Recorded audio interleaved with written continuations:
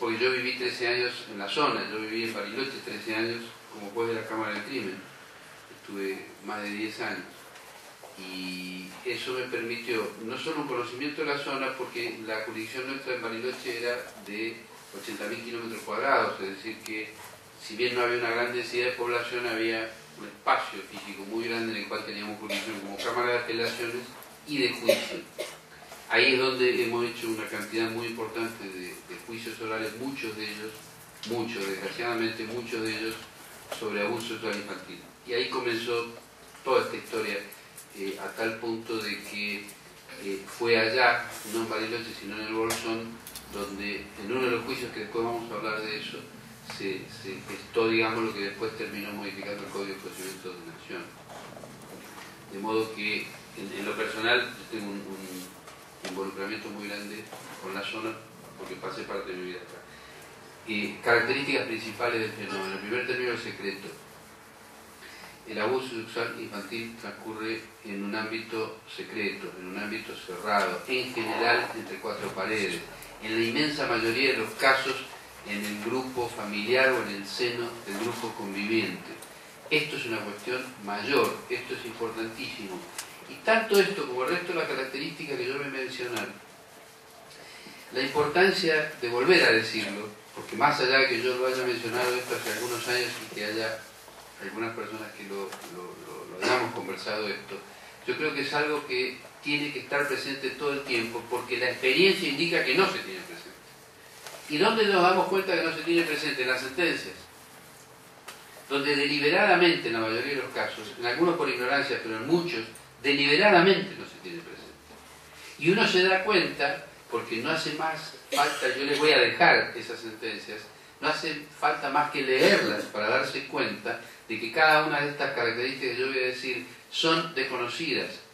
Desconocidas no en el sentido de no saberlas, sino de desestimarlas, dejarlas de lado, dejarlas de costado.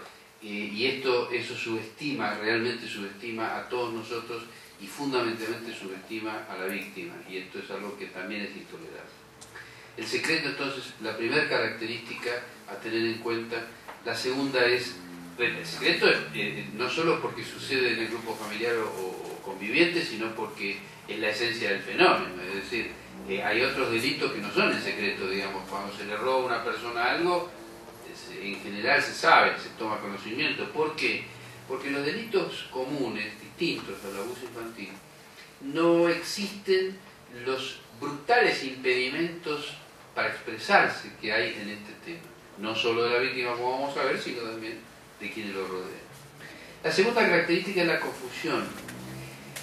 La confusión en la víctima. ¿Por qué? Porque la víctima tiene en su cabecita, en realidad, tiene una mezcla de sentimientos.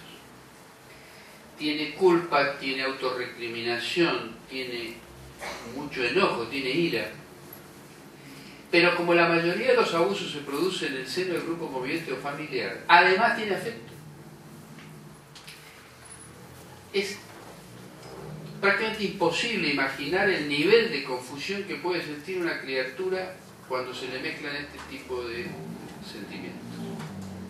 A la bronca es lo que le está pasando, que no lo puede entender, por supuesto, porque está en condiciones evolutivas de entender lo que le está pasando, que su padre, padrastro, tío o vecino lo esté abusando todos los días. A eso se le suma que además le siente afecto. Esto solo es un nivel de confusión que, insisto, sumado al resto de las características que yo voy a mencionar, permiten entender por qué es absolutamente insoportable que quien investiga estos temas no tenga esto como si se pudiera un cuadrito, a decir, bueno, estas son las características, en este caso, analicémoslo, miremoslo y entendamos que le está pasando o le pudo haber pasado esto a esta criatura. La tercera característica es la violencia.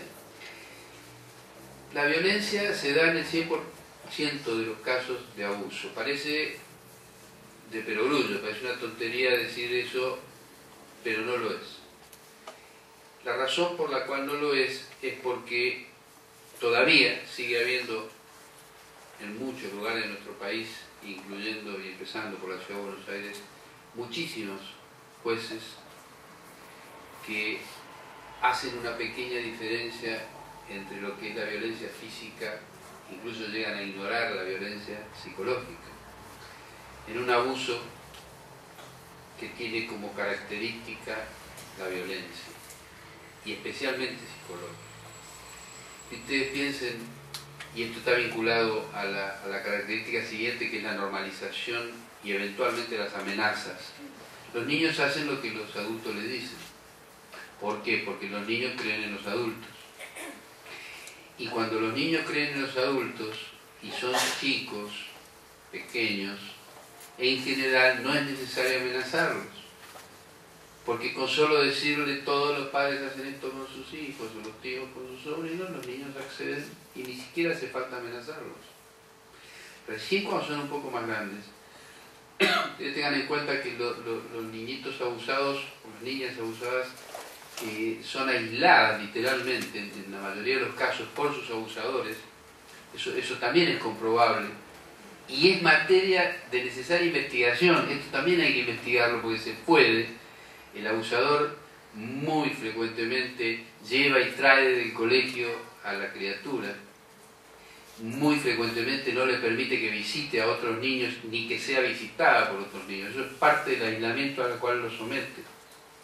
Pero hay un momento en el cual por su crecimiento es casi imposible mantenerla aislada del todo, entonces el aumento de la socialización de esa criatura hace que se necesite amenazar. O sea, ahí ya el abusador recurre a la amenaza, le dice que va a matar a la madre en general o que la va a matar a la criatura, y por supuesto en todos los casos que si cuenta algo la familia se va a destruir, lo cual no tengan ninguna duda que se produce, porque cuando se conoce la familia se destruye, o sea que se cumple esa amenaza. Esto está vinculado a la violencia porque, insisto, a partir de las convenciones, después yo me voy a referir, pero a partir de las convenciones sobre derechos humanos, y en especial sobre la discriminación contra la mujer, y muy especialmente Belén do Pará, es imposible desconocer la vigencia, la realidad y la intensidad de lo que es la violencia psicológica. De modo que cualquier profesional que trabaje en cualquier área vinculada a lo que son este tipo de delitos no puede desconocer la violencia psicológica. Y yo no me estoy refiriendo a desconocerla en teoría, me estoy refiriendo a desconocerla en el actuar. Desconocerlo se traduce en la forma de investigar, en la forma de preguntar, en la forma de llevar adelante esos casos. Insisto, tampoco me estoy refiriendo al desconocimiento de no saberlo, sino de no querer saberlo, o no tenerlo en cuenta para hablar mejor. Otra característica es la responsabilidad. También parece de perogrullo. El 100% de la responsabilidad es del abusador. Parece una tontería, pero cuando uno hila más fino en este tema se va a dar cuenta que todos los días hay, en forma directa o indirecta, insinuaciones sobre que ponen en duda si la responsabilidad es del 100% del abusador.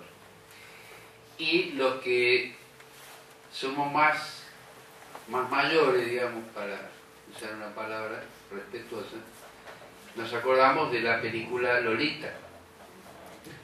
Lolita, ahora no hace falta ser tan mayor porque hay una versión nueva, pero digamos, hubo dos versiones.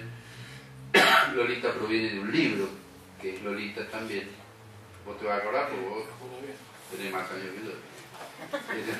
¿Qué piropo me dice? No, porque viene el hotel cuando pusiste el año. Me di cuenta. Tengo 15 años más que yo. Bueno, el libro Lolita. Respeto entonces. El libro Lolita, muy importante, que por supuesto, como muchos cuentos infantiles, no se estudiaba adecuadamente, o sea, se tomaba con naturalidad. Para quienes no lo conocen, y ahora las películas, salió primero una película vieja de Lolita y luego una versión nueva también con el mismo nombre. Es la historia de una nena literalmente, nena y sin duda nena, que tendría 12 años, y cuenta la historia de un tipo que va a alquilar una habitación a una casa, mira, la casa no le gusta, o sea que él ya sabe de entrada que no la va a alquilar la habitación, un hombre solo, y la señora que le está por alquilar la habitación le va mostrando todo, y después cuando salen, pero ya se nota que a él no le interesa, está Lolita acostada boca abajo en el pasto, con los piecitos hacia la cola, leyendo un libro.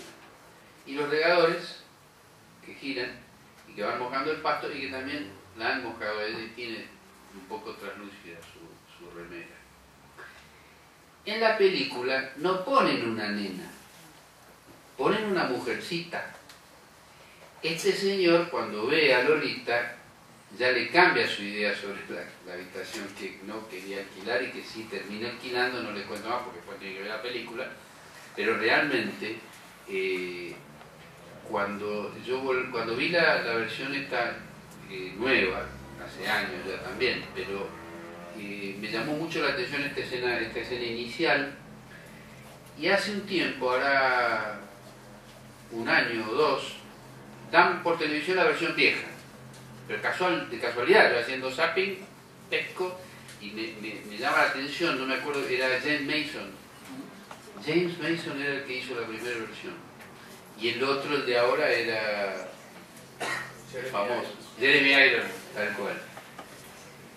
Y este de la primera versión me impresionó porque justo cuando estoy haciendo zapping era la escena que estoy contando yo, o sea, cuando él recorre la casa, y estamos hablando hecha 20 o 30 años antes, y me impresionó que es idéntico el mensaje, es absolutamente idéntico, y entonces es inequívoco, es decir, cualquier película que tenga un tono dramático, lo que provoca es una identificación del espectador con alguien, con algo o con alguien del lector.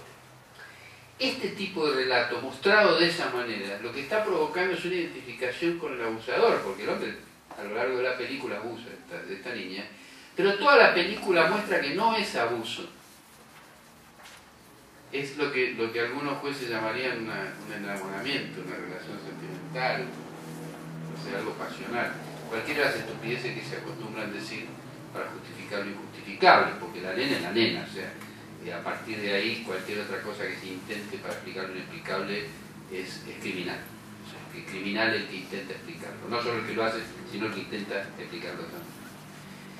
En esta película Lolita yo decía lo de la responsabilidad, porque a partir porque Lolita se transforma en mito, es decir, luego del libro, incluso antes de la película. O sea, más. En los años fines de los 40 y pico, el libro tuvo una difusión extraordinaria. Mi madre era una doctora de escuela para adultos, donde había muchos adolescentes completados. La cantidad de libros de Lolita que encontraban en los pupitres de los chicos era enorme.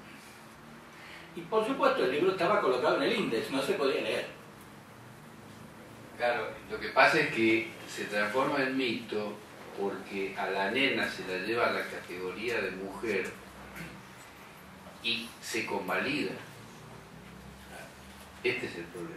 Y ahí ocurre que muchos adolescentes, queriendo convalidarse como mujeres, se identifican, o como adultos, se identifican con el proceso. Y la sociedad acompaña, una parte de la sociedad acompaña esa identificación. Bueno, de hecho, pero nos alejamos un poco de esto, pero de hecho cuando uno a veces haciendo zapping, viendo de otros países algunos programas donde criaturas que son criaturas, niñitas, son pintadas y son llevadas a determinado tipo de concursos, realmente hay que replantearse mucho sobre eso, porque también está vinculado a esto. Yo lo traigo a tema con la cuestión de la responsabilidad, porque hay sentencias en las cuales se percibe, si uno tiene ganas de profundizar en la lectura, se percibe que lo que se busca es atenuar la responsabilidad a partir de una eventual provocación que puede haber habido, a partir de lo irrefrenable de las pasiones en los hombres varones, a partir de lo que significa una criatura que no parece criatura. No, esto se ve en los juicios, se ve en las defensas. La defensa que dice, bueno, mire, esta chica no parecía tener 13 años, no parecía, y trae testigos.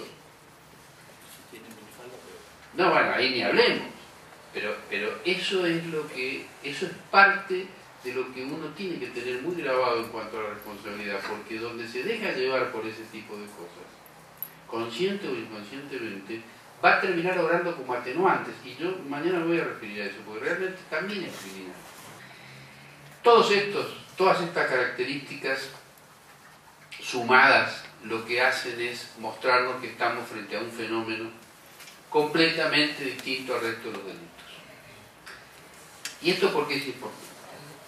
Si no tenemos en cuenta que el abuso sexual infantil tiene características específicas y propias que lo diferencian del resto de los delitos, no vamos a poder intervenir bien. Es imposible intervenir bien si seguimos mirándolos con el paradigma anterior, si seguimos mirándolo con lo que aprendimos en la Facultad de Derecho, porque en la Facultad de Derecho de todo el país se sigue enseñando igual que siempre estos temas. Cuando yo estudiaba en la Facultad de Derecho, yo entré a la Facultad de Derecho hace 42 años. En ese momento se estudiaba con de la parte de Derecho Penal 1, había un libro, que yo no sé si era ese o si sigue estando, pero era color rosa, paradójicamente, que era un libro de delitos sexuales, no me acuerdo del autor. Pero si uno lo mira hoy, y es lo que aprendíamos nosotros, y ve esta parte de delitos sexuales, lo que ve es cuánto daño le hizo en la vagina a la mujer, cómo se tarifa ese daño, cómo se mide, hablando de medición, cuánto medía el pene, si está en condiciones de reconocerlo, si tenía características, etc. Todo eso resulta hoy tan anacrónico y curiosamente se sigue usando. A lo mejor con otras palabras, a lo mejor se busca la manera de que no sea tan grosero para que no provoque rechazo o demasiado rechazo del sistema. Pero se sigue manejando con enseñanzas anteriores, de paradigmas anteriores. Y esto no es poco, esto desde mi punto de vista y mi experiencia va condicionando todo el sistema de razonamiento de quien después va a ser fiscal, juez, etc. Y ese razonamiento se va a traducir en decisiones brutales que causan muerte también. Que es cuando se pone en enfrentamiento los intereses de la víctima con el posible victimario. Y entonces se empieza a poner sobre la mesa en el juicio, o antes del juicio, o en la investigación, lo que nosotros somos muy amigos, y en el mundo se hace, que es en el nombre de, es decir, en el nombre del derecho de defensa, nosotros no podemos privar al acusado de tal cosa, aunque tal cosa signifique destruir una víctima. Y esto no es garantismo, porque en primer lugar hay un error teórico muy serio cuando no se incluye el derecho de las víctimas en esa garantía. Porque el debido proceso no es el debido proceso solo del acusado, que por supuesto es en buena hora y lo sostenemos todos. El debido proceso de la víctima, que es el derecho a no ser maltratada, que es el derecho a que no se le ponga en igualdad con su presunto victimario, porque, insisto, hay determinadas cosas que están previstas para pares, y la víctima no es un par, es una víctima, y es vulnerable y por eso es víctima. Y encima está peor porque la victimizaron, la lastimaron. Entonces, hay que ser muy cuidadosos en los procesos, en qué espacio se le da a cada uno, y yo creo que hay mucha resistencia a darle a la víctima el espacio que realmente le corresponde. Yo creo que hay una gran resistencia, ahora vamos a ver por qué, desde mi punto de vista se produce esa resistencia. Y también hay una poca capacidad de respuesta frente a eso. Yo decía ayer al comienzo que el desafío es, ante las reacciones que produjeron los avances, todavía no hemos dado una respuesta nosotros.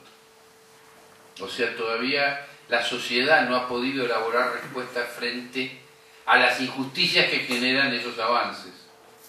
Es decir, el avance genera una reacción, la reacción genera una injusticia, ¿sí? A Padesi, los padres del obelisco, etc. En el nombre de los padres separados de sus hijos, que en última instancia lo que están haciendo es torturar mujeres, madres de chicos abusados.